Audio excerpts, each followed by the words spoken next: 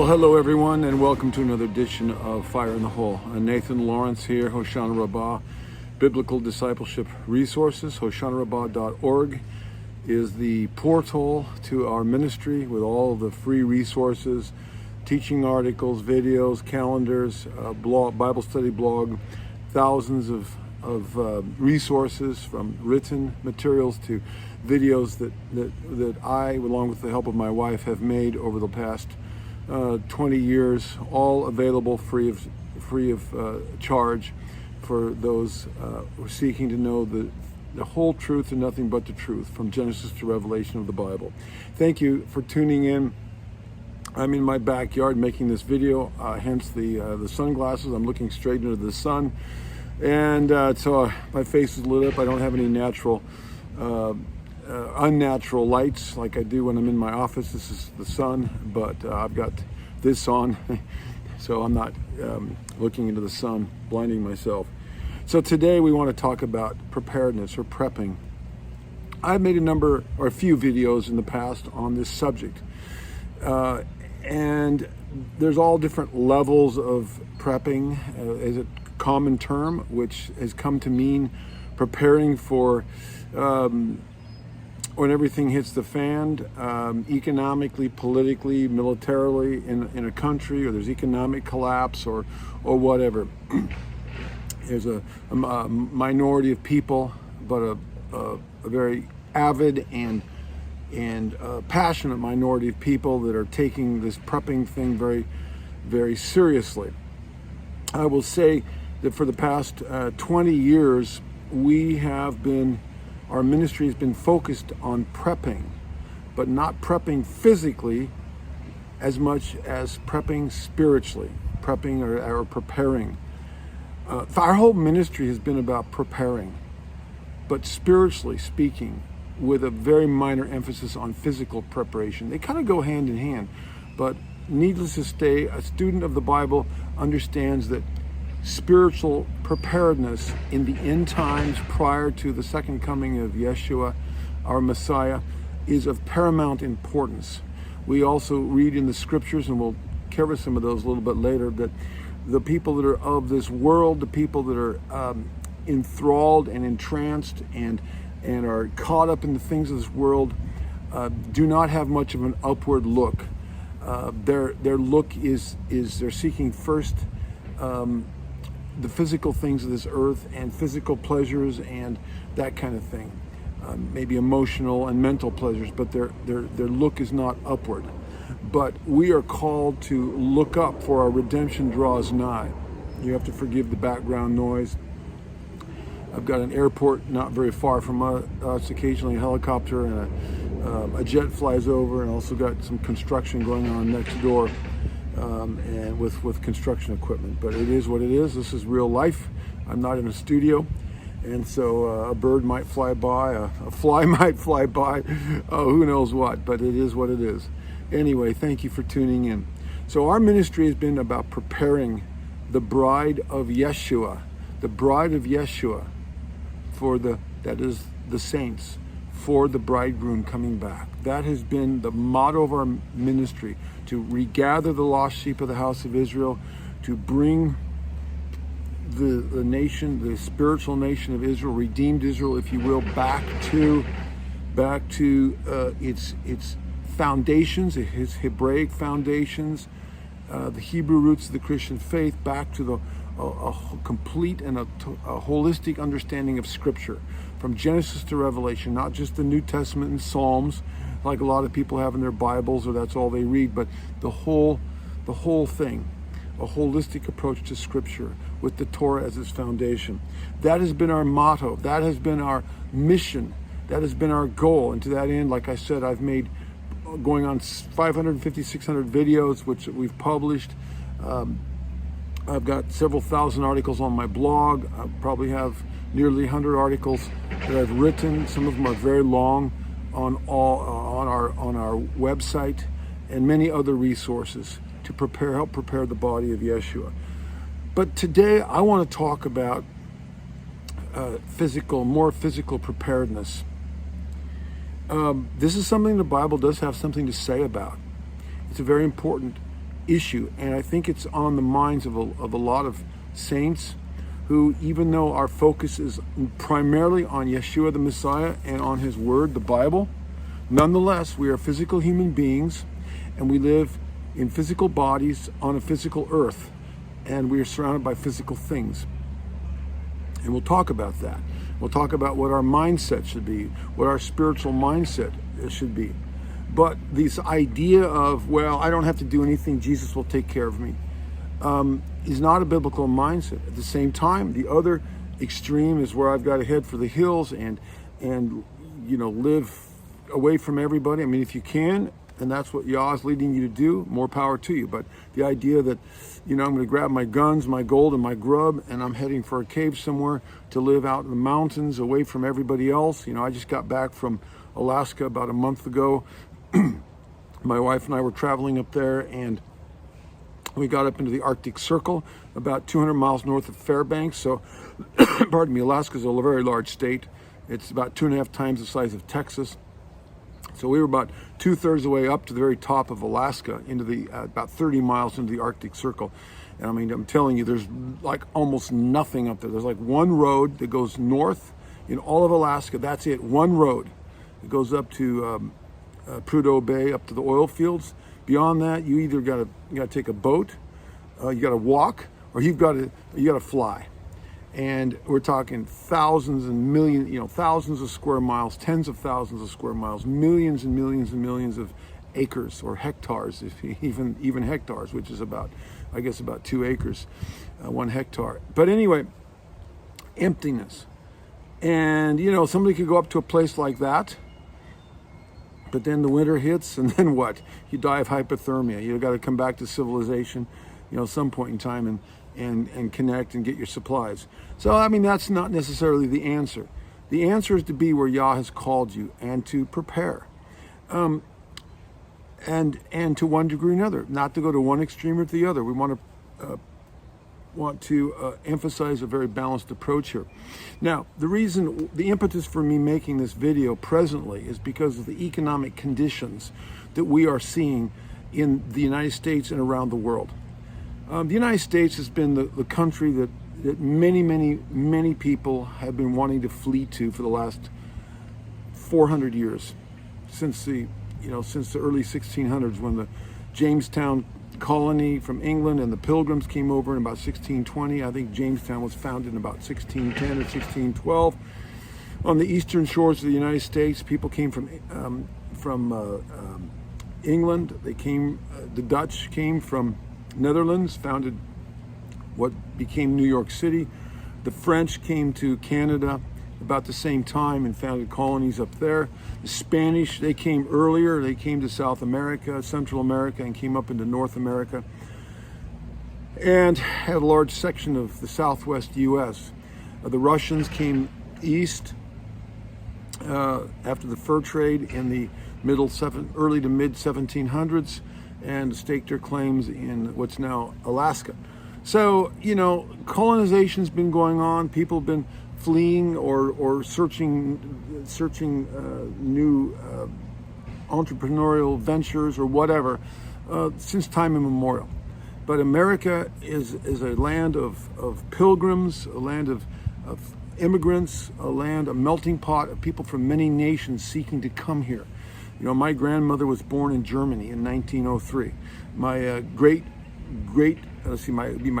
grandfather was born in Sweden in 1869. He came to this country in about 1890. He's my great grandfather on my father's side, and he was very old when he died, and I was very young, and I still remember the 4-generation picture that we took back in the early 1960s with my great grandfather from Sweden. I have another. My great grandmother, her parents were born in Germany in the 1800s and came over here, and she was born in this country in the early 1890s. And then I have family members that go clear back to they came over slightly before the Revolutionary War in 1776, and I have other branches of my family that go back almost to the Pilgrims, back to the early to mid 1600s. So, we're a nation of immigrants. People have been coming here a long time.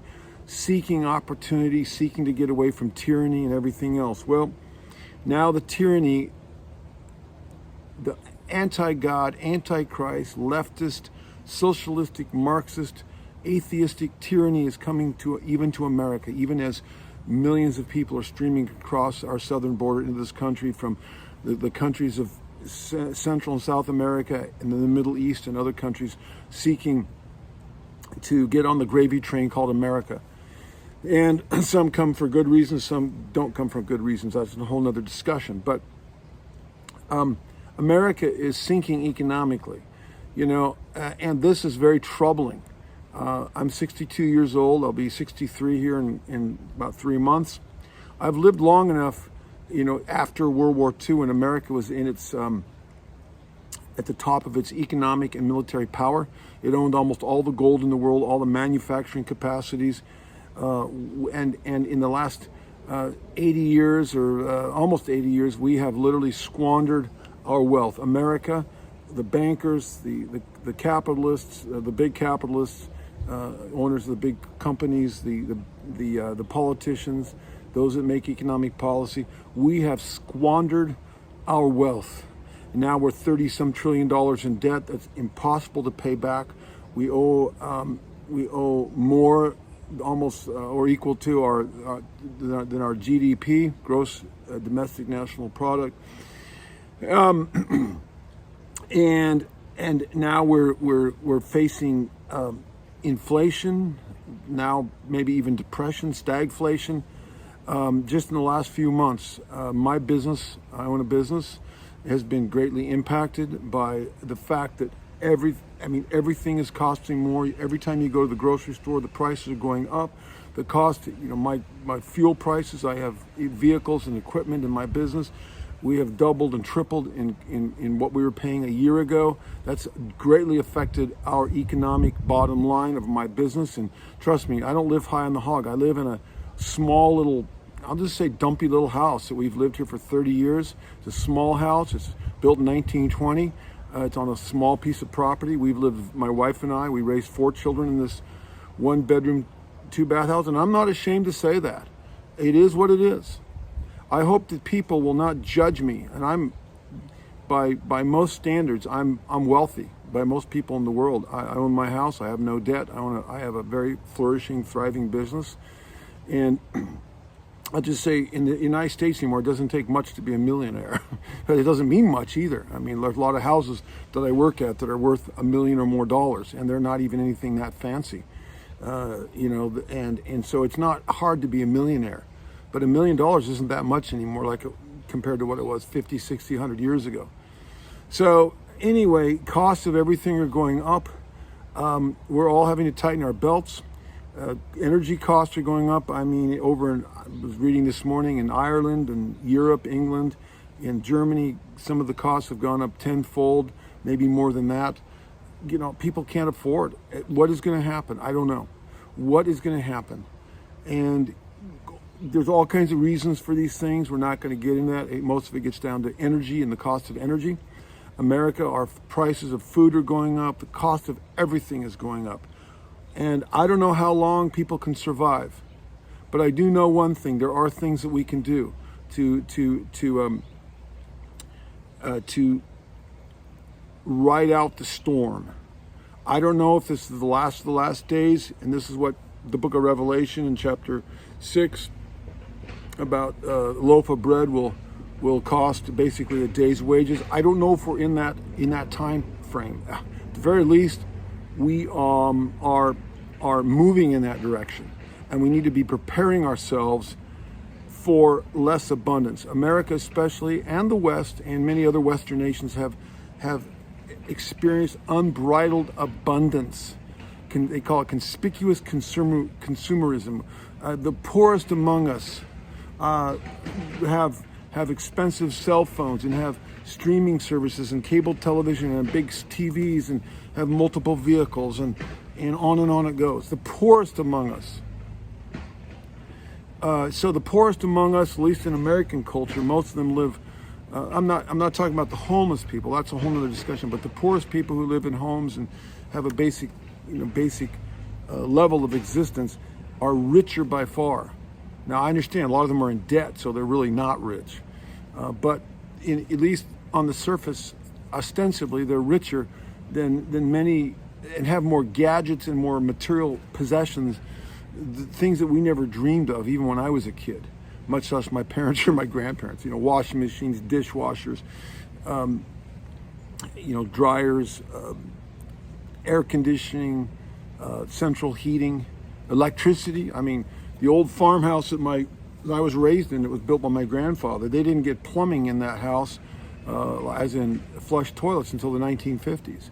They were still using a wood. When my mom was a kid, they had an outhouse, and they had a wood cook stove up into the 1940s.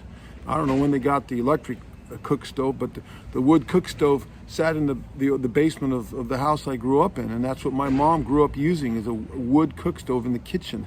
They took a bath once a week. This was in my family, and I saw it. I mean, it was a few years before I was born, but that wasn't even that long ago. So we've come a long way, and this has been good, but this has also been very, very deleterious, because many of us have grown so accustomed to the luxuries of life that we don't really know how to tighten our belts. So I'm saying in this video, we need to reevaluate our thinking. We need to start thinking more frugal, smaller, tightening our belts. And I'm going to give you the biblical reasons and the biblical justifications and the scriptures for this. And also I'm going to give you some practical guidelines that might help you. This is really tough.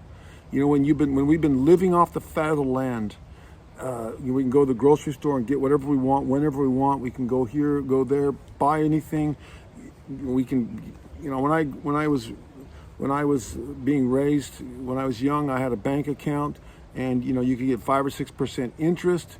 You knew that you could leave your money in the bank and you'd get a little bit of return on your money. Now you're lucky if you get 1% interest. It's very hard to be invested in the stock market without losing your shirt, unless you really know what you're doing. It's very, very difficult to even know what to do, how to make money, how to keep your money once you make it. There's more socialistic government-induced taxes. I'm a small business owner. I've been in business for 37 years. And I'll tell you, the regulations and the taxes are so much greater since I've been in business than they were when I first started. It's really tough. I make a lot of money, but almost all of it goes back out to our business expenses, for taxes, for insurance. I mean, my insurance is like doubled. I own a tree service. We have very high insurance. It's like doubled the liability insurance in the last year or two. It's just eating into the things. I mean, my wife and I are struggling to buy some of the basics of life that we need. And we're not starving, but we are definitely cutting back and reducing our expenditures, because this is just not sustainable the way the economy is going, and we're reevaluating what we're doing. So anyway, let's talk about preparedness now. As I mentioned at the beginning, spiritual preparedness should be the first order of business in our lives.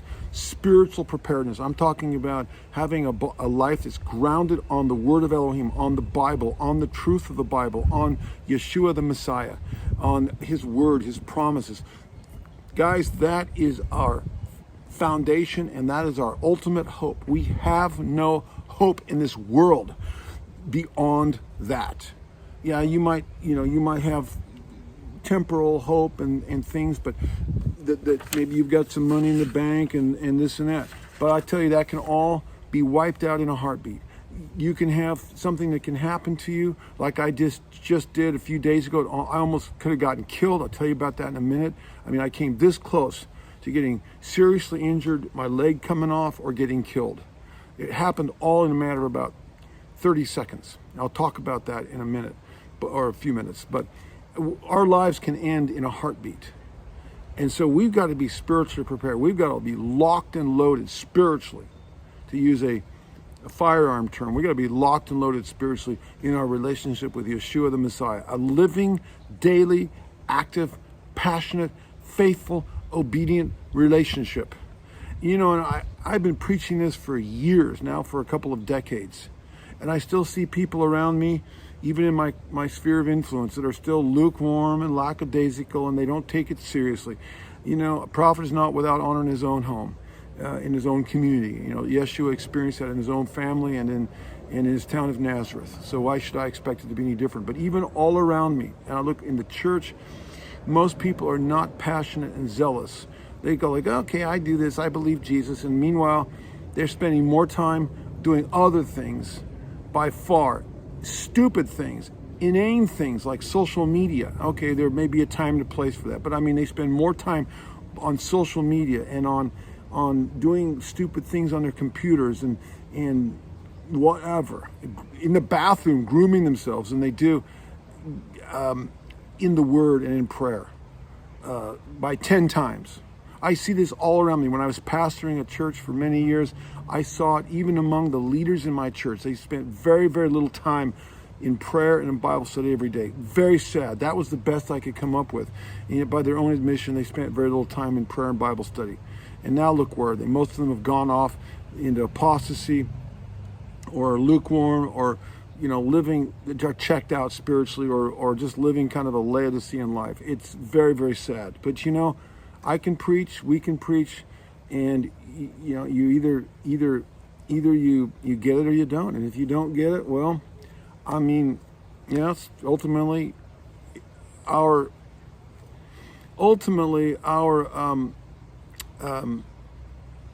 responsibility and the outcome of the choices we make is on our head.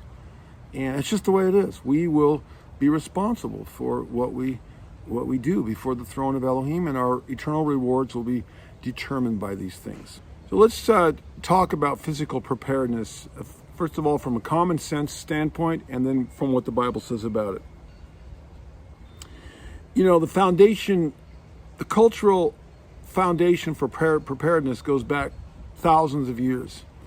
Back when our forefathers were primarily hunter-gatherers, the indigenous people and people in ancient, even Bible times, many of them were hunter-gatherers. They were nomadic, and they lived off the land. They traveled around gathering food, going from one water hole, one oasis to another with their flocks, whatever the case may have been.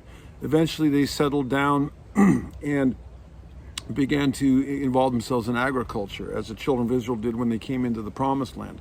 But even during that time, preparation was very, very essential, because your crops, you planted your crops, you raised your livestock, and then in the summertime, in the fall, you harvested your crops and you butchered your animals, or whenever you butchered them, whenever you needed it. But I'm thinking about when I was back on the farm. But anyway, but you preserved your food for the winter time, for when the crops were not growing. This was preparation. You sheared your sheep, you spun your wool, you gathered your grapes, your figs, your olives, made olive oil, made wine, gathered your grain, stored it up so you could have fresh bread during the winter time. This was just a basic way of life. And until very recently, half of the population of the world still lived in agricultural or rural situations. I think it was just this year I heard somewhere that finally the scales tipped, and more than half of the people in the world now live in urban situations. And those of you that live in urban situations, you go to the grocery store, you go to the local food market, and you don't have to raise your own food. But it has not been that way for most of human civilization. You had to raise it, and then you had to harvest it, and then you had to store it. And this was preparing or prepping for the winter time or the slow time in your economic season, or whatever the case may be. Store it up for famine, for floods, for natural disasters, whatever. And if you didn't, you starved. It was that simple. And those people who have been raised in agricultural farming situations know what this is like. I was privileged to be fourth generation on the family farm, and my dad had a small business. That work was slow in the wintertime, so the income was down. And of course, living in a northern climate, We weren't raising food or producing any kind of agricultural crop during the winter time, during the fall, winter, and spring. It all came in during the summer and early fall. And we raised almost all of our own fruit, all of our own vegetables. We raised all of our own poultry. We raised all of our own red meat. And we had our own bees, made our own honey, and I could go on and on. We were very self-sufficient. We did have to bring in our grains and beans. We did raise a few beans, but we had to bring in some of those basic staples, but we did grind our own grain and made our own bread and so forth. So during the summertime on the farm, we were very busy harvesting and canning and drying and dehydrating and freezing and butchering. So we would have food the rest of the winter. We'd be putting stuff in the freezer. We would be my mom would be canning food in the jars, hundreds and hundreds of quarts every year. One year she canned 1,000 quarts in 1 year of vegetables, fruit, jellies, juices, jams, tomato sauces, pickles, and you name it. We did it all. Fruit juices.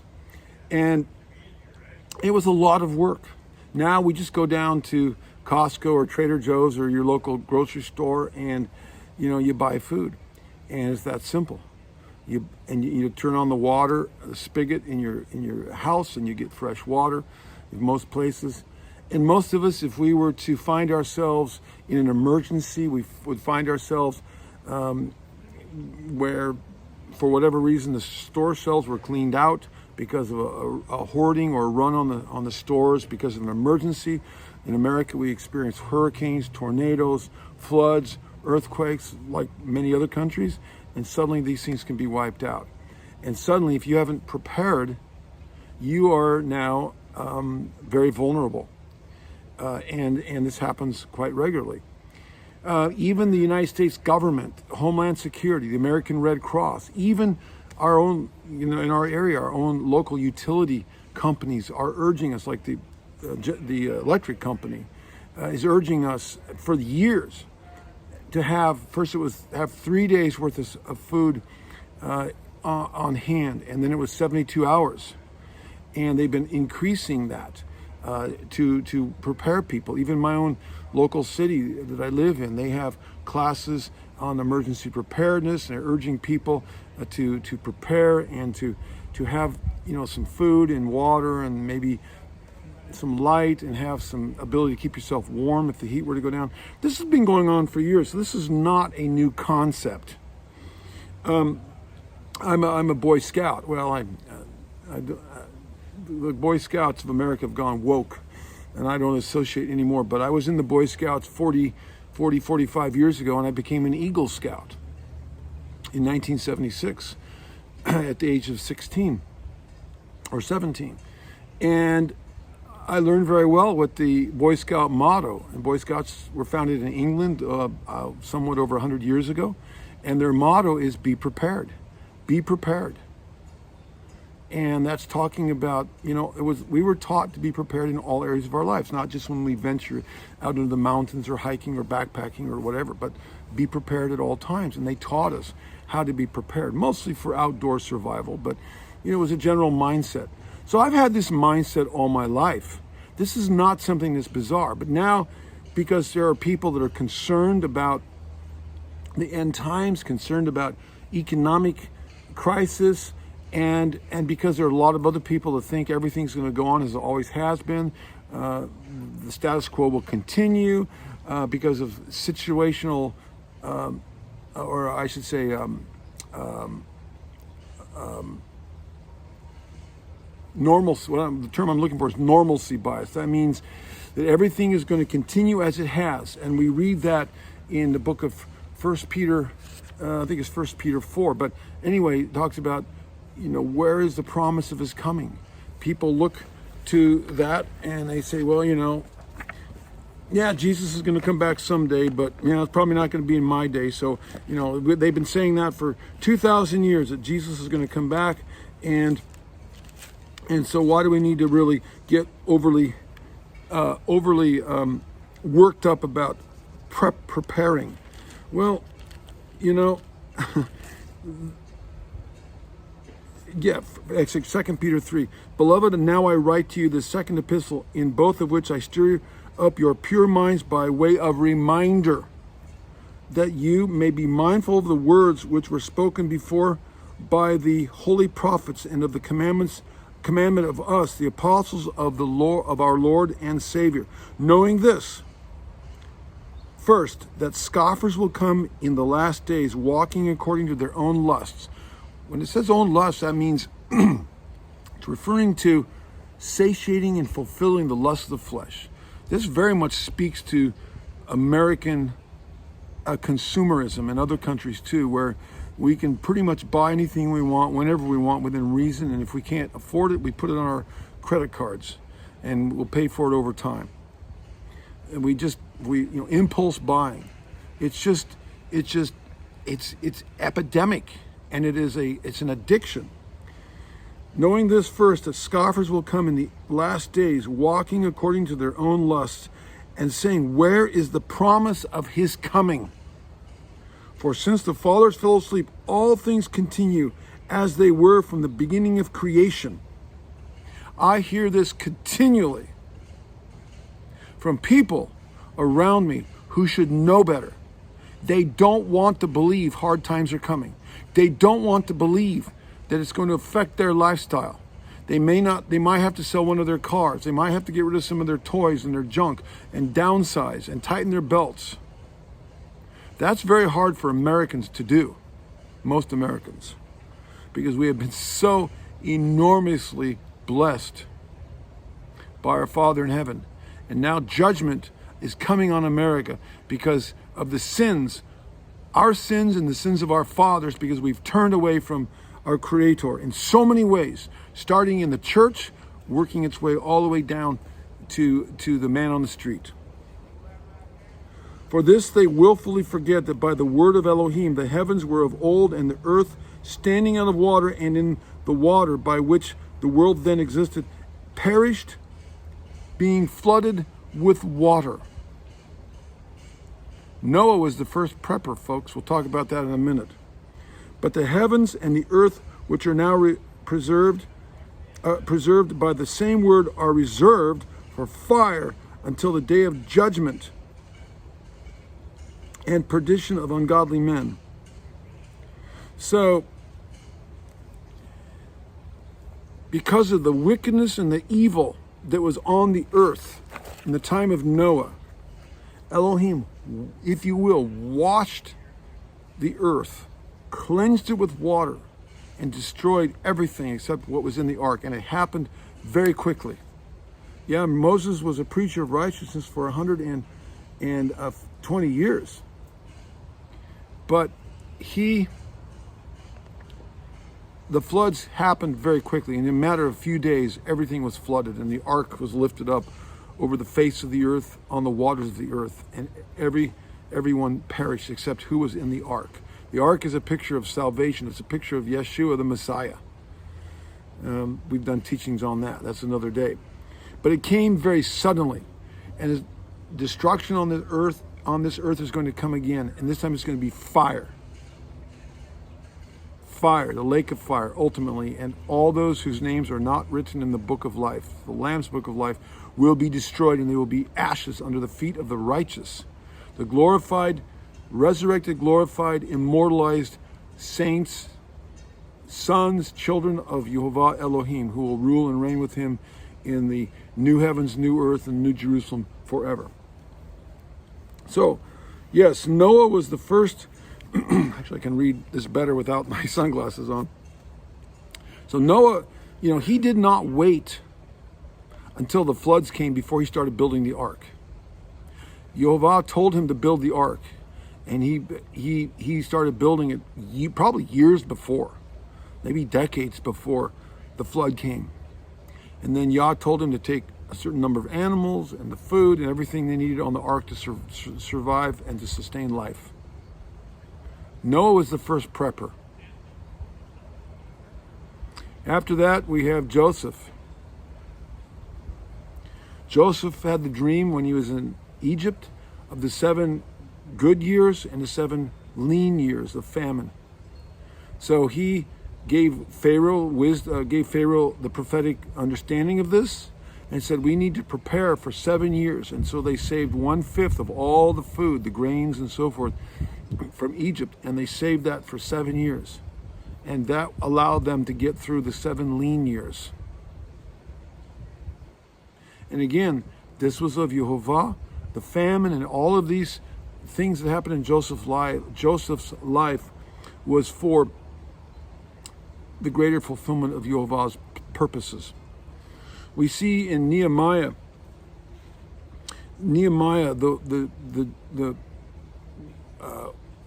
the Jewish exiles were coming back from Babylon, they had built, under Ezra, they had built the temple, but they need a wall around the temple in Jerusalem to protect themselves from their enemies.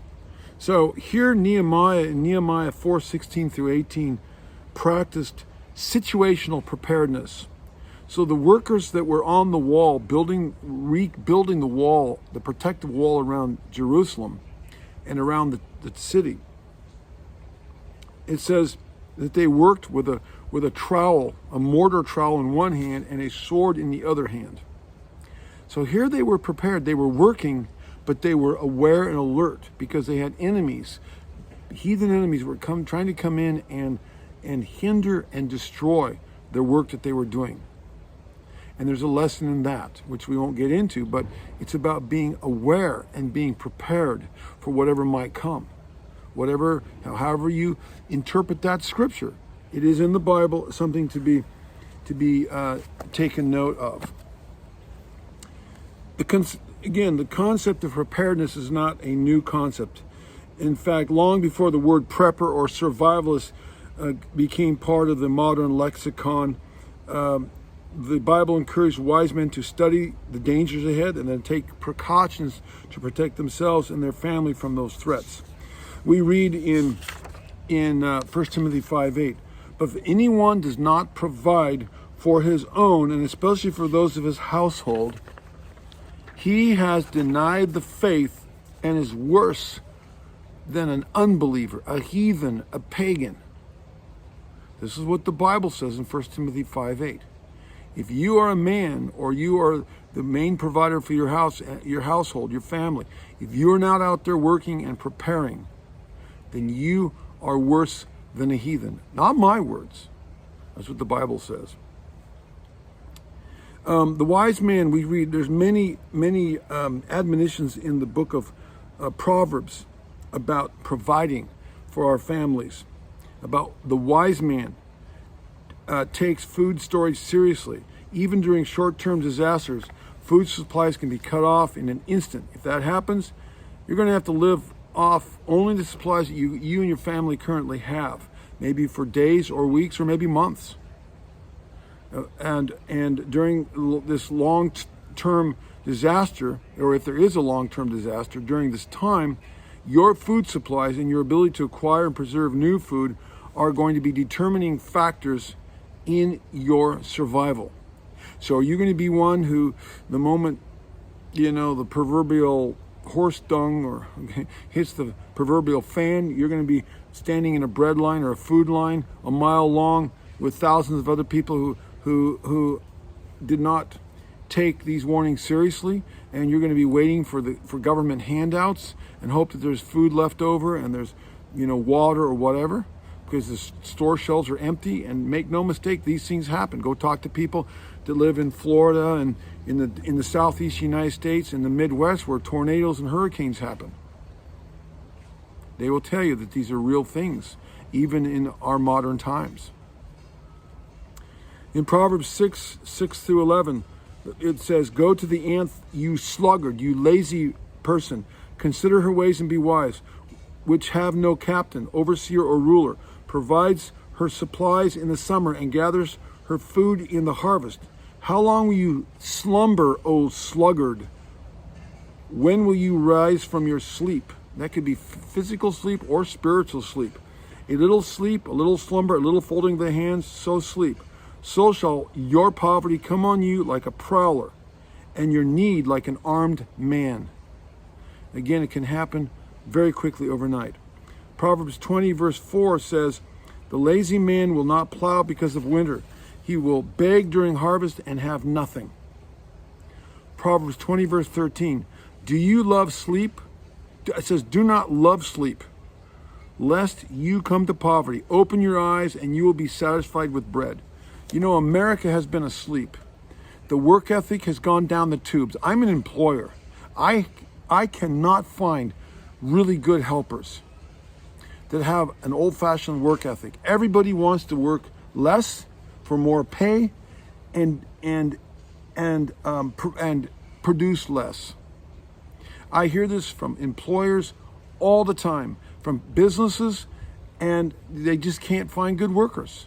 They can't find any workers, so people are having to hire whatever they can just to fill the roles, and productivity is going down, quality is going down. It is really, really epidemic. You know, I have my son runs my crew, he's a good worker, but I have other people working for me in my business, and I'll just be honest with you, yesterday, for the first time in 37 years of running a very successful business where been working for the same clients for 25, going on 30 years, nonstop. And I work in an area where I've worked for some of the same, on some of the same properties for 2, 3, up to 4 owners of those properties because I have such a good reputation. And one of the properties I was taking care of. We did some it's a $1.5 million house, which it's pretty expensive in a very, very upscale, rich, wealthy neighborhood. And we've been taking care of this property for 3 owners. And the present owner that I have, or that I work for, I've been taking care of. He's been there for at least 12 years. And every year we come in and do very, very specialized pruning of his trees and shrubs. He's been very happy. Well, yesterday he let me know, and I'm just being honest with you, he let me know that, he paid me, but he said, your quality has gone down, the productivity has gone down, and your prices have gone up. He understood. He's a businessman too. He's about my age, just slightly older than me. And he understands that the prices have gone up, but for him to tell me that the productivity has gone down and the quality has gone down of our work, I've never heard those words before, but I know it's not, my son has been helping me since he was 6 years old. He runs my crew. He does a fine job. But trying to find good helpers that will work hard and consistently is really, really tough to do. And I'm struggling with that. And I think that part of this client's complaint was because I'm having a hard time finding good help.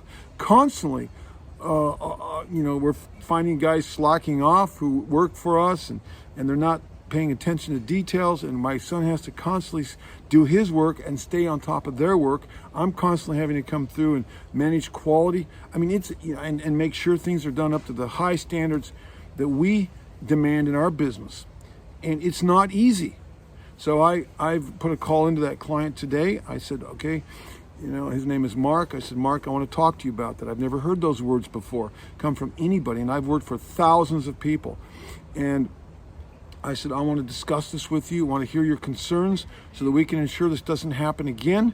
And let me know how we can do a better job. But again, a chain is as strong as its weakest link. If you can't find good people and you need a crew to do your work because you're a larger company, what are you going to do? It's really tough. That's because we have a lot of lazy people that are out there in the younger generation that think that something's owed to them and that they don't have to work that hard and it's owed to them and that they can make a lot of money and they don't have to put out a whole lot. This is a sick mentality, and this is kind of what Proverbs is talking about. Do not love slovenliness, slothfulness, sleep, inactivity, laziness. Don't, if you're going to work hard and earn $1 a day or $1 an hour, well, I pay my guys a lot more than that. But I'm just using it proverbially. Anyway, you're going to work as if your life depends on it. Give it everything you've got, and then you will be successful. Proverbs 21:20. There is a desirable treasure. There goes the train. I forgot to mention that we got train tracks nearby too. Anyway, do not love. There is a desirable treasure and oil in the dwelling of the wise, but a foolish man squanders it. This is Proverbs 21:20. America and Americans, largely speaking, have squandered their wealth, and so has the church. They've spent their money on jets, these televangelists, on expensive studios, on big mansions, on big building projects, churches, mega churches that are empty most of the time. Shame on them. This is not the way of Yeshua. I'm not coming to you from a fancy studio. I'm in my backyard. You hear the noises in the background, and I'm videotaping you on my iPhone. Okay, there you go. I have nobody else here. It's just me and the blue sky, the trees around me, and some noises in the background.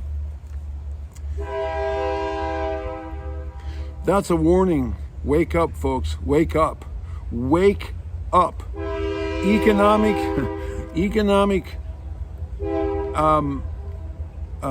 privation and possible collapse is coming soon.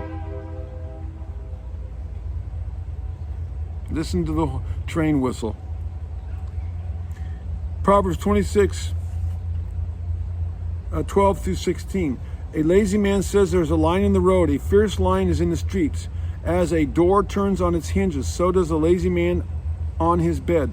The lazy man buries his hand in the bowl. It wearies him to bring it back to his mouth. You know, I know people that are so full of excuses. Why they can't do this. Why they can't get this project done. Why they can't go outside and work. Oh, it's too hot. It's too cold. It's too rainy. It's too sunny. It's too this and too that. So what do? They stay in their air conditioning or their heated house, and they play on their computer all day, or they sit around all day. You know, when I was pastoring a church, and you hear me mention this continually, but I can't help it. It was part of my life.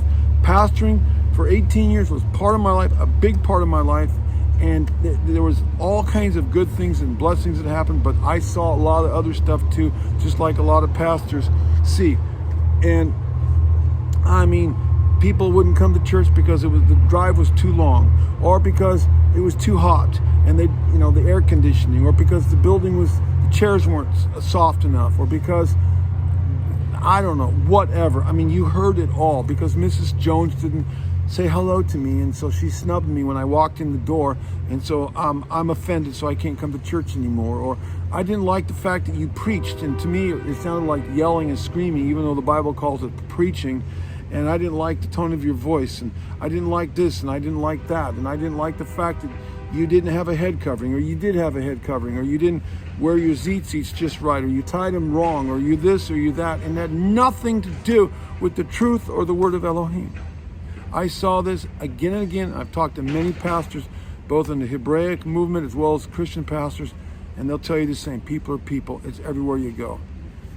So anyway, this is the Israelites murmuring in the wilderness. I can't do this and I can't do that, so I'm not going to do anything. Well, I like what I'm doing not very well, better than what the next guy, the complainer, the murmurer, isn't doing at all. There, stick that in your pipe and smoke it. No, I'm not advocating smoking. I don't smoke, and I never have, and I never will. Okay. Proverbs 28:19. Proverbs 27:12. A prudent man foresees evil and hides himself. The simple or the foolish man passes on, and they are punished. Well, I'm back. For some reason, my camera shut off. I don't know if it was too hot or what, but I moved to a shadier area, which now my face doesn't look like it's drowned in shadows so much. But anyway, I think we left off at Proverbs 28, verse 19, which says, "He who tills his land will have plenty of bread, but he who follows frivolity will have poverty enough." From my perspective, I believe that much of America is involved in frivolity. We have become so wealthy, we have so much free time on our hands, that people have spend most of their non-working hours playing and goofing off and being like children. I'm not against enjoying life, working hard. I'm not against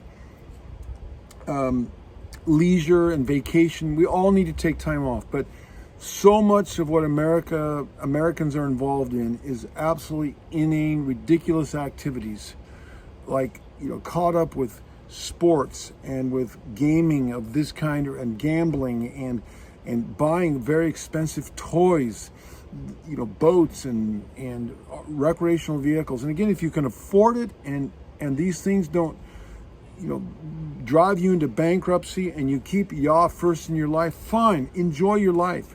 But this has become the God that many Americans live and will almost die for. I mean, they can't wait till they retire so they can play and check out and stop being productive citizens.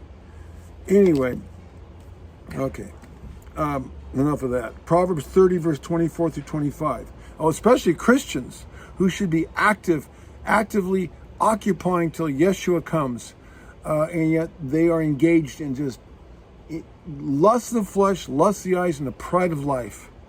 That's not what Yah put us on this earth for. He put us on this earth to preach the gospel, to share the faith, to advance the kingdom, to be salt and light, not to drivel our time with inanities. Yes, again, enjoy your family, enjoy traveling, enjoy a few things, but seek first the kingdom of Elohim and his righteousness. Seek first, not second, third, fourth, fifth, or 20th, or whatever. Shame on us. That's why judgment has to begin first at the house of Elohim. Because as goes the church, so goes the nation. There are 4 things which are little on the earth, but they are exceedingly wise. The ants are a people not strong, yet they prepare their food in the summer. Proverbs 30, 24 through 25. The lowly ant, the ant that is one of the smallest of all creatures. What can we learn from the ants? Are we less wise than the ants who store up their food? Or the squirrels? There's a tree up here. See this? This big tree right above me. There's that tree, and there's this tree. I got trees all around me. And there's squirrels that live in those trees. You know what squirrels do? They store up nuts and things in their nests. And, well, not in their nest, but, in the ground or wherever they store their nuts, so that they have food in the wintertime. Can we not learn from the animals, the stupid, dumb animals? Oh, well, I'll just go to the grocery store and get whatever I need whenever I need, and check our brains at the door. Oh my, we're setting ourselves up for a major disaster. Proverbs, 2 Thessalonians 3:10. Oh, here's a good one for you guys. For even when we were with you, we commanded you this: if anyone will not work, neither shall he eat.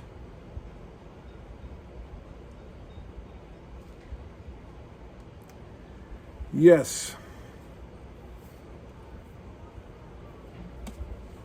That's a concept that's gone out the window these days, along with whoever does not provide for his family has denied the faith and is worse than an infidel.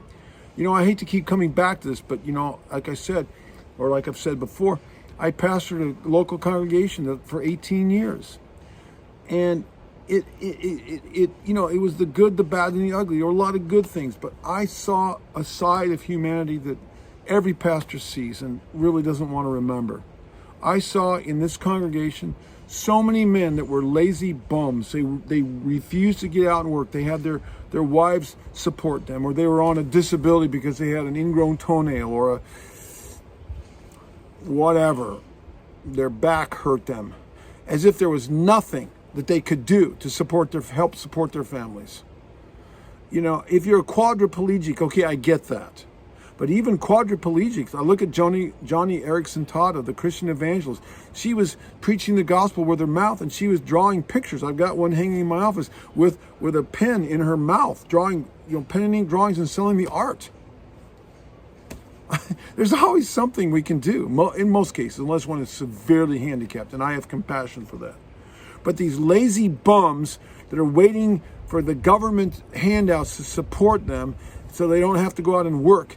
These are the same guys that, I'm a Sabbath keeper. I keep the seventh-day Sabbath. God bless me. Yeah, well, they forget the first part of that command. not just to rest on the Sabbath, but to work. 6 days you shall work. And the word retirement is not in the Bible, folks. It is not in the Bible. I plan on keep working. I may not be able to climb trees and do all the hard physical labor, so my son and his crew will do that. But I will, by the grace of you all, I will keep doing the ministry. I will keep preaching the gospel, keep sharing my faith till the day I die. Occupy till I come, or till we die and we meet him in the air. That's the biblical mandate. And that means preparing for your family too. Not expecting somebody else to do it, the government or the state or the county or the city or whatever. Finally, 1 Corinthians 16:13. Watch and stand fast in the faith. Be brave and be strong. Don't be a wimp. Don't be a pansy. Don't be a limperist, you guys. You get out there and you provide for your families. And if you're, if you're a single woman, you do the best you can. And you have a family, I'm sorry, but it's up to you to provide for your family. And Yah will give you the grace and the mercy and the provision to do that. Now let's read what 1 Thessalonians 5 verses 1-7 says about you and me, if we call ourselves a saint and a believer in Yeshua the Messiah. I quote, "But concerning the times and the seasons, brethren, you have no need that I should write to you, for you yourselves know perfectly that the day of Yehovah so comes as a thief in the night. For when they say peace and safety," oh, my comment, there's a lot of people in the Christian church saying peace and safety, and they're running around, they call themselves prophets. Yeah, they're prophets, all right. They're profiting by tickling the ears of the saints of the Most High in these big churches where they can take a lot of money. Shame on them all. Their money and them will be judged by Yehovah Elohim and by the word. They're not prophets. They are ear ticklers and gospel peddlers. Shame on them all. Unless they're walking with the Torah as their foundation and leading people into repentance and getting right with Elohim, they are not the prophets of Elohim as the Bible describes the true prophets. We've talked a lot about that. We won't get into that right now any further.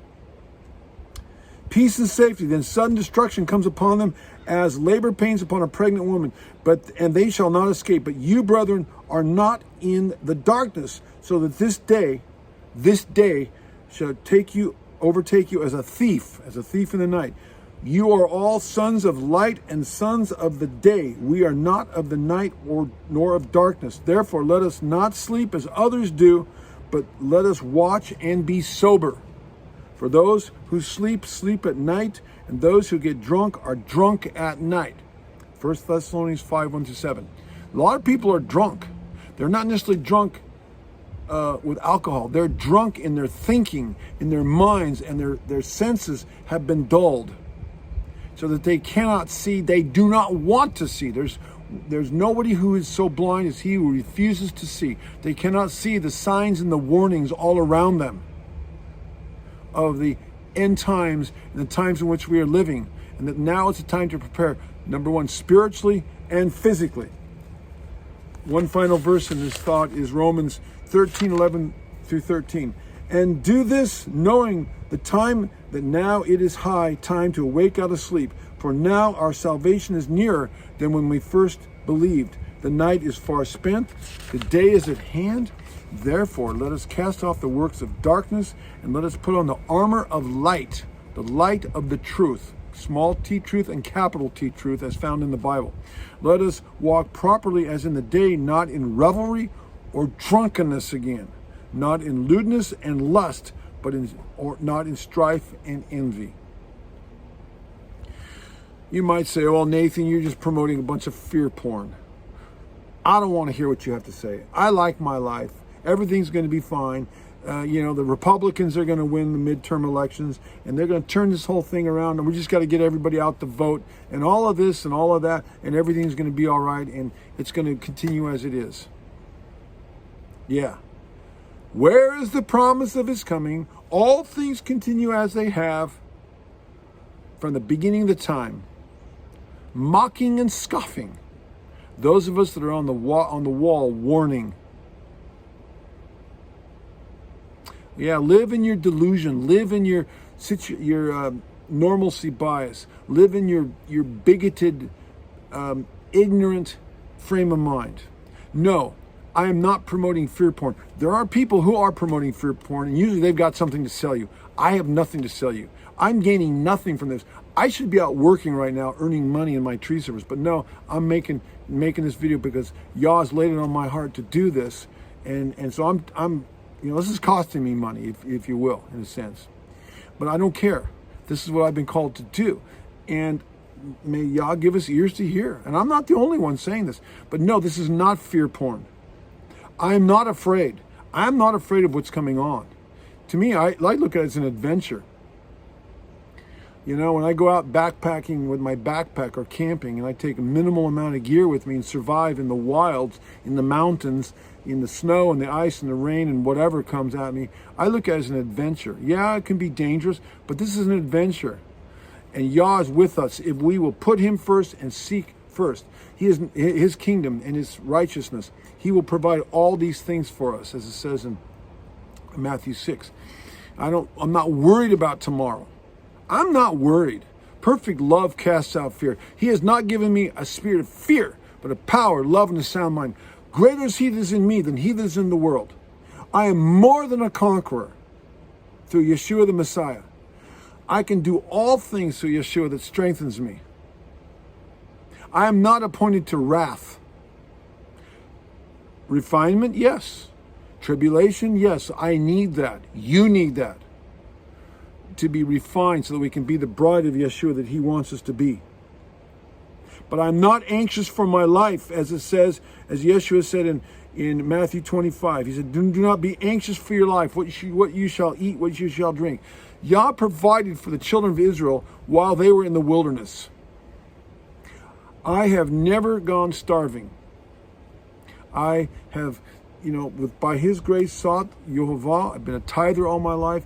And there were times when it's been really tough, raising 4 kids in a small little home with, when times were economically tough. But Yah, I've never gone starving. I've never gone naked or unclothed or without a roof over my head. My wife or me or my kids. Yah provided for the children of Israel for 40 years in the wilderness. You think he won't take care of us now? But the children of Israel had to do their part. They had to follow his instructions. Just like we have to follow his instructions and live wisely and judiciously and common sense and logically. That's what this video is all about. So, here are some, I want to say something too. I'm going to get into here some 22 common sense principles that will help you to survive end time economic difficulties. I'm going to give you 22 principles. 22, I'd say not principles, things you can do to save money. You can go on the internet and find all this. But anyway, I just wanted to pull a bunch of things together. How you can save money and live within your means and not be walloped by this economic crunch that's coming down. You won't be stranded and left upside down, feet up in the ground. Feet up in the air on your back, helpless. These are things that I've been preaching for years.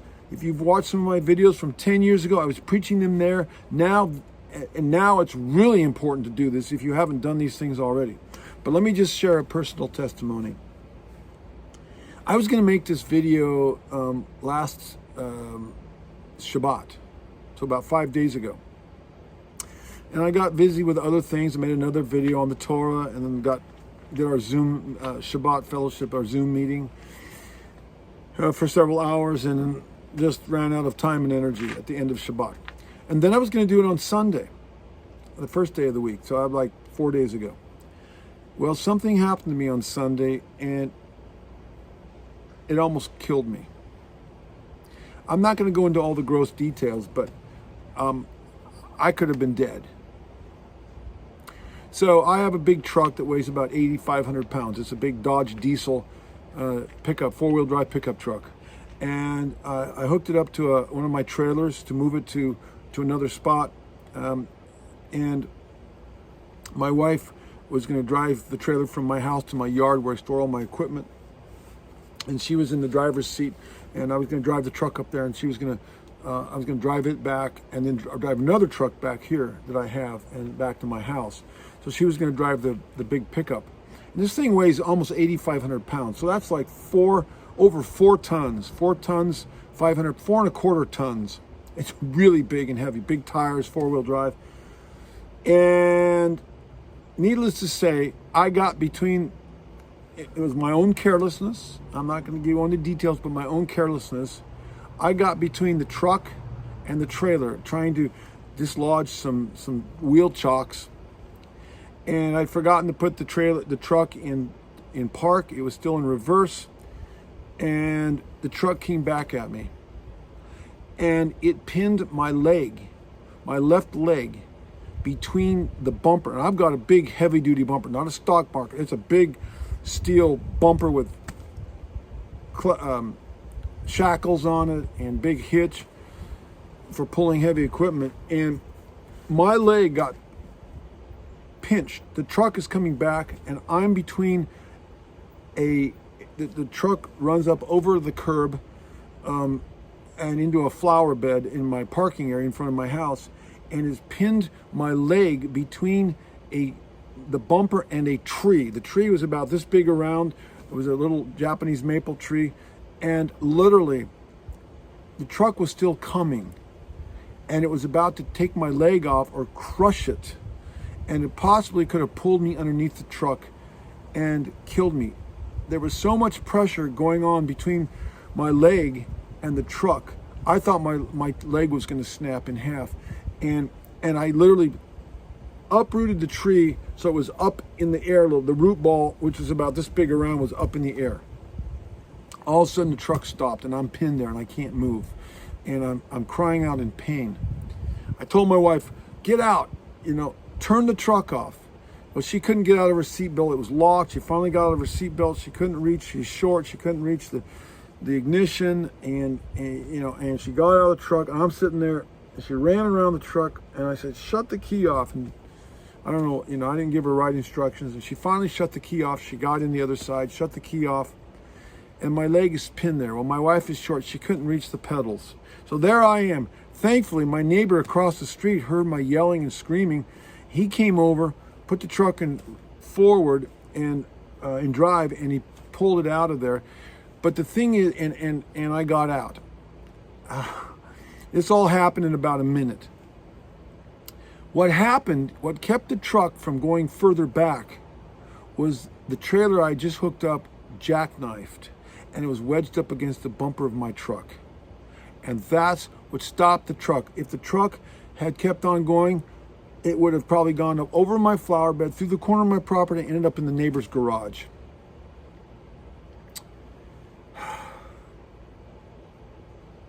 And it was my own carelessness. Needless to say, I got in the house, sat down in an easy chair, raised my feet up. I was in a state of shock. I was sick. Put ice on it for about an hour. And then within about another hour after that, I was in my office, had my feet up, ice. I don't want to even take my pants off to see what my leg looked like. I figured it was black and blue. I didn't even know. I knew the bone wasn't broken because I could walk on it, but I was limping pretty bad. It was really sore. But I knew it wasn't broken because I didn't feel any broken bones or anything. And within an hour, I was feeling better, so I went out in the yard, started walking around. The more I walked around on it, the better it felt. Still very tender, though. Couldn't bend it very much. And I did a bunch of yard work for about an hour or so, and then I went back in, and still sick to my stomach. I was in a state of shock for 3 days, feeling sick to my stomach. That night, Sunday night, I went to take a shower, took my pants off. I expected to see black and blue. Normal color of my skin. No black and blue. It's been 4 days now. Sunday, Monday, Tuesday, Wednesday. Today's Wednesday. No black and blue. Miracle. Very sore. Still very sore. But no black and blue. Guys, I've lived long enough. That was a miracle. That was a miracle. After I got over the initial thing of it all, I began to reflect, seek wisdom. And what I heard Yah speaking to my spirit was, yeah, you made a mistake, but my grace was there. I think he had an angel holding that truck. I don't know. All I know is that I'm alive. And my wife was pretty shook up too, because she realized she could have lost me that fast, and she was like virtually helpless to do anything.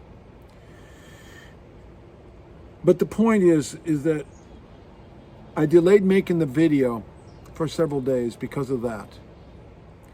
And what that showed me is that, Yah will take care of his people. Even if they make a mistake, his grace is there to cover us. But we got to do our part. We got to stay close to him. We've got to stay pressed into Yeshua. We've got to stay in prayer and in faith, obeying him, staying in relationship with Yeshua the Messiah. And I'll just say 2 more things have happened in the last 2 days in my business with regard to trailers. I don't know what it is about trailers, where they've jumped off. We were pulling trailers and we just come off the freeway. One of my employees, and the trailer jumped off of the back of one of my trucks, and it was pulling some expensive equipment, and it could have happened on the freeway. And they just pulled off the freeway in both instances, and I found out what was wrong. We fixed the problem. And there again, Yah protect us. No harm, nobody was injured, the equipment wasn't tipped over, the trailer didn't get away from us, didn't, crash into the back of the truck, didn't crash into somebody else. I'm like, oh man, thank you, Father. Thank you, thank you, thank you. So these are, his grace is there. We've got to do our part. We've got to do our part by staying spiritually strong. And I'm not a spiritual colossus. I'm not some great person. Nobody, like I like to say, nobody's getting healed by my shadow. I'm not, I'm not walking on water. I'm just a voice crying in the wilderness, just a lowly nothing. And I'm not some great spiritual powerhouse. Regardless of what you think, I'm just a normal guy. Okay, but I know that it's important to obey him, and his grace is sufficient, as Paul said. So, much could be said on a lot of things, but here are some basic common sense things to survive the economic storm that is upon us and is going to intensify. And this is not in any particular order. This is just as I thought of them. Number 1, there's 22 of them. Stay informed about local, national, international world events. Being forewarned about what is coming is the first step in being forewarned, so you can be prepared for it. Do not bury your head in the sand as if the status quo will continue as it has up until this time. Then pray and seek Yehovah on what to do in response to those things that will affect you. Number 2, this has probably been the biggest one I've been preaching for years. Get out of debt. If you can't afford to buy something without going into debt, then likely you don't really need it. If you must go into debt, be prepared to pay it off quickly, or be certain that the thing that you are financing is making you more money than the debt is costing you.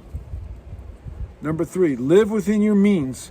Do not spend more money than you make. This is just common sense. Be surprised how many people don't follow it though. Next, number 4, live frugally and learn to live with less. Reduce your consumption and lower your standard of living a bit if necessary, and be grateful and content with what you have. Next, set aside money and provision for difficult times. Wise people prepare for hard times not out of fear, but out of common sense, prudence, and thinking of ahead. Next, become a little more self-sufficient if possible. For example, plant a vegetable garden. Stock up on things you need and may be in short supply in difficult times. Next, get physically fit and adopt a more healthy lifestyle. You don't want to be sick and weak when economic hard times or emergencies come. Next, build relationships with other like-minded people that you know and trust and who have the same beliefs, values, and understandings as you have. Being involved in a community in times of difficulty may mean the difference between life and death. Next, build family relationships. Your family will likely be your most trusted human asset or resource and trusted support group in difficult times. Next, open your mouth as led by the Spirit of Elohim and let your voice be heard to all those around you about the end times in which we are living, about the hope of the gospel, about the need to get right with Yeshua, and how faith in him and the Bible is man's only hope. Next, pray that Yehovah will give you boldness and faith in time to stand strong against the tidal wave of evil and the spirit of Antichrist that is sweeping across the planet and carrying everything away with it that is not anchored down to the bedrock of biblical truth. Do not fear the evil one, for we have the victory through Yeshua the Messiah. Family and faith are the two things that will carry you through these evil times. Strengthen the areas of our life like our life depends on them, for they do. Most importantly, draw closer to Yeshua the Messiah. Study his word, the Bible. Pray, seek him, make him a part of everyday aspect of your life. And obey and love him by keeping his commandments. Turn from sin and walk in his ways that bring life, blessing, and provision even in hard times. So this is actually not the list I was going to give you. This is the previous list about your spiritual orientation. Now here's the 22 ways to get out of debt and to spend less money. Number 1, eliminate streaming streaming services and unused services and cable subscriptions like Netflix, Disney, Hulu, Primetime Video, HBO, etc. Guys, you don't need this stuff. This is costing you a lot of money, and most of the stuff that's on there, I'm going to call it like it is crap. I have never had this stuff. I don't need it. My wife and I don't want it. We never had it when the kids were young. Don't need it. It's a waste of time. It's taking you away from Yehovah Elohim, away from your wife, away from your family, away from, your prayer. You don't need this stuff. Most of it's garbage, and it's costing you a lot of money. Number 2, stop eating out in restaurants. Cook your own meals. Or if you do, cut back eating out in restaurants. If you have them, you can afford to do it, more power to you. Take your own lunch to work. Stop using, don't eat out. It's going to be healthy for you and a lot less expensive. Stop using Uber Eats. That adds a quarter or a third or half more to your food. Wean yourself off of expensive coffees. Make your own coffee in the morning. You don't have to go spend $5 or $6 at wherever, your favorite, Starbucks or whatever. What a waste of money. Don't run to the doctor for everything. Learn to treat yourself. Improve your health by eating clean food as the Bible mandates, and eliminating junk food so you don't have to run to the doctor for everything. Don't buy new when you can buy used. Save yourself the depreciation, especially if it's a more expensive thing like a car or something like that. Don't finance anything. Pay cash for everything unless it's an appreciating item that will make you money. We covered that in the last point. Get rid of expensive toys that you can't afford to keep and maintain. Boats, RVs, extra houses, whatever. Do you really need them? Is it really making your life richer? Is it bringing you closer to Yehovah? Or is it just costing you money and causing you all kinds of problems and headache and draining your financial and resources and your physical resources and whatever else? Review your cell phone bill. Eliminate expensive services you don't need. Don't give expensive smartphones to your children.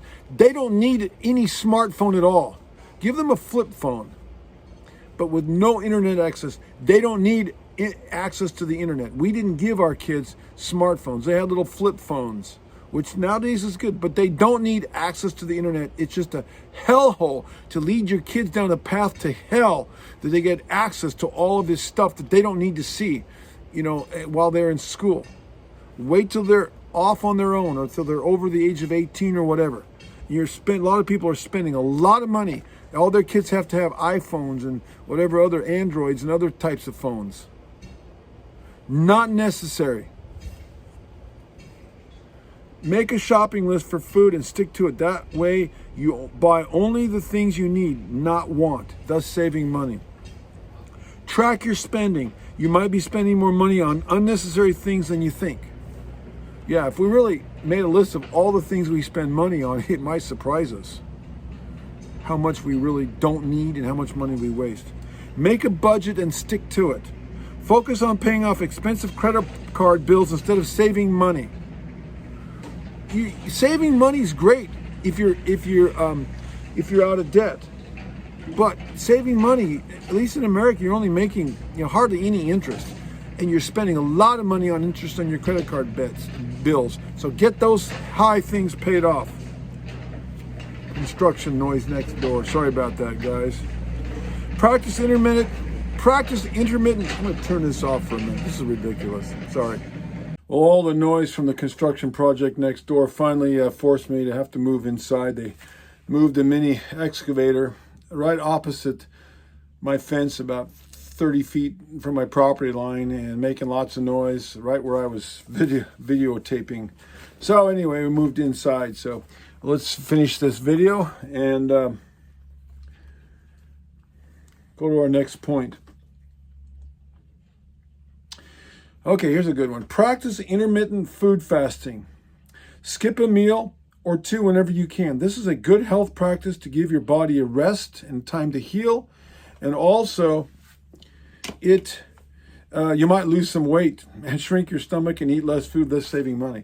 This is this is a practice I have recently taken up. I'm not overweight, but if I get about 2 or 3 or 4 or 5 pounds overweight over my top limit for my height and weight, I kind of get alarmed, and so I immediately put it off. And I've been at the same weight I've been at now for probably 20, 25 years. But needless to say, most Americans, I think a good third of them are obese, and many are overweight. And I think this would be a good practice for all of us to learn to live with a little bit of hunger pains. It's not going to kill you. It'll make it easier when Yom Kippur, the Day of Atonement, comes along. You'll be able to just breathe through that without any problem. But I would seriously look at intermittent fasting if you can. Look it up on the internet, get some information. But skipping a meal now and again and only eating when you're hungry is not a bad way to go, and you will save a certain amount of money on food. Here's another thing to save money. Move into a smaller house. Do you really need such a big house? Really? I mean, you got all this extra room. Move into a smaller house. How much room do you really need? More house, more money. Stop impulse buying. Wait and ask yourself if you really need that. If so, look around and wait until you find a better price. Rent out a spare bedroom in your home. A lot of people can't afford rent anymore. They might love to give you a little bit of income, save them money and save you and make you some money. Improve the energy efficiency of your home to save energy costs. Learn how to fix things around the house. Well, I'm not really handy with my hands. I really don't know how to do these things. There's a YouTube video for just about everything. I mean, you can learn how to do it yourself on all kinds of things. Buy some basic tools and save yourself a boatload of money, and go on the internet, watch a video, read an instructional tutorial type of a thing on the internet, and learn how to fix that thing around your house and save huge money on repair bills. Experience staycations instead of vacations. I think this is something a lot of us probably learned to experience during the COVID lockdowns, where you couldn't go anywhere, so you just had to stay home. And when I stayed home, I like to travel. Who doesn't? Well, some people don't, but my wife and I do. But we couldn't go anywhere.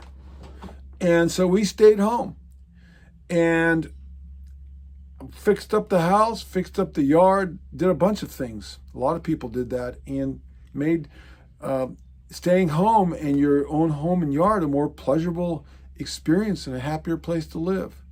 And we just learned, cooked more food, had meals, barbecued, just enjoyed each other's company more, and enjoyed the dog, whatever. Save yourself a lot of money and just learn to stay at home and enjoy the blessings that Yehovah has given you there. Use the money that you spend on vacation to fix things up around the house so that you'll enjoy your home more. Sell everything you don't need or that doesn't bring you joy. And finally, the last point is have a buy nothing week. Go through the week without buying anything and see how that feels, and begin to wean yourself off the need to spend money. Cut down your consumerism and cut back on your spending habits, and learn to rein the lust of the eyes, the lust of the flesh, and the pride of life in. I think we'd all do better if we practiced a lot of these things, maybe most of them. We'd all be better off, and I guarantee you it will help to prepare you for the lean times that are around the corner. It's coming. Get your head out of the sand, wake up, and if nothing else, it's going to happen before the second coming of Yeshua. Now is the time. If you haven't started already, I started preparing for this, honest to goodness, when I was 18. That was like 47 years ago. I didn't think it would take this long, but I'm glad I did prepare, and I'm still preparing. Be prepared, like the Boy Scout motto says. I hope this video has been instructional to you. If it has been, like it, forward it to somebody who might be blessed by it, subscribe. There'll be more like this. But as always, we want to keep our eyes on Yeshua the Messiah and stay anchored in the Word and in His promises. This is our ultimate hope, help, and salvation. Make no mistake about it. This and this alone, with a little bit of common sense and preparedness, will get you through these trying end times that are going to refine us and make us more lean spiritually and physically, and help to prepare us to meet our soon coming King, Yeshua the Messiah. Hallelujah, and may His name be glorified. Amen.